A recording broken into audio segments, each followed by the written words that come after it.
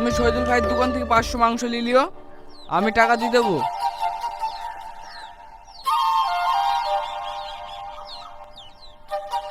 কি গো, তোমাকে যে শাড়ি আনতে বলেছিলাম আনোনি? আমার কাছে অত টাকা ছিল না, তাই শাড়িটা আনতে পারিনি। পাটের টাকাটা পাইলেই তোমায় কিনে দেবো। তোমার কাছে কবে টাকা থাকে? কোনোদিনও তো থাকে না। কেউ কিছু চাইলে তাদেরকে দিতে পারো, আর আমি একটা জিনিস চাইলে বাহানা। ভাই, আমার জ্যামিতিটা। হ্যাঁ হ্যাঁ, এই নে, ভালো করে পরীক্ষা দিবি। ঠিক আছে ভাই। বোনের জ্যামিতি বক্স কেনার টাকা থাকে, আর আমার শাড়ি কেনার টাকা থাকে না। আজকে আমার বান্ধবীর ছেলের জন্মদিন, আমি কি পরে যাব? পুরাতন শাড়ি পরে যাব?